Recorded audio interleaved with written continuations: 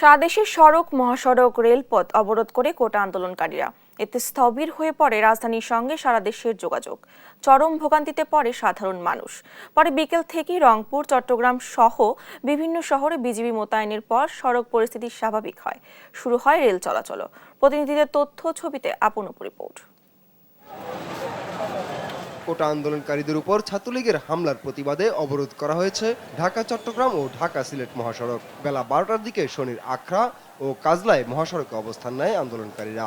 এরপর থেকেই বন্ধ হয়ে যায় যান চলাচল। রাজধানীর সঙ্গে বিচ্ছিন্ন হয়ে পড়ে চট্টগ্রাম ও সিলেট বিভাগ। অনেক ভয়াবহ অবস্থা, মানুষের যেই দুর্ভোগ একদমই মানার মতো না। বাচ্চারা ডাক্তার দেখানোর জন্য আসছিলাম, আমার ওয়াইফ আছে ঢাকাতে, কিন্তু আমি জায়গাতে পৌঁছাইতে পারি নাই। তো জরুরি কোথাও যেতে পারছে না, অনেক সমস্যা, অ্যাম্বুলেন্স যেতে পারছে না।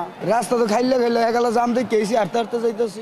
কষ্ট হইতেছে, রোজা রাখছি, হাইটা সকাল গড়াতেই ঢাকা আরিচা মহাসড়কে অবস্থান নেয় জাহাঙ্গীরনগর বিশ্ববিদ্যালয়ের আন্দোলনকারী শিক্ষার্থীরা। ধাপে ধাপে মিছিল নিয়ে মহাসড়কে আসে তারা।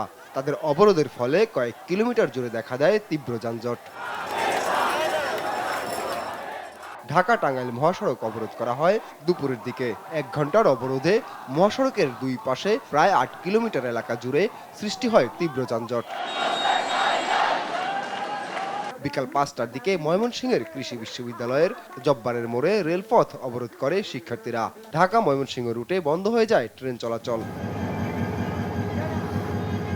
ফেনীতে বিকেল 4টার দিকে শহরের গোডাউন কোয়ার্টার সংলগ্ন রেললাইনে অবস্থান নেয় আন্দোলনকারীরা। 1.5 ঘন্টা পরে পুলিশের অনুরোধে তারা রেললাইন ছেড়ে দেয়। এছাড়া রংপুর, কুমিল্লা, বরিশাল সহ দেশের বিভিন্ন এলাকার সড়ক, মহাসড়ক দিনভর আন্দোলনকারীদের দখলে। আপনপু, নিউজ ডেস্ক, দেশ টিভি।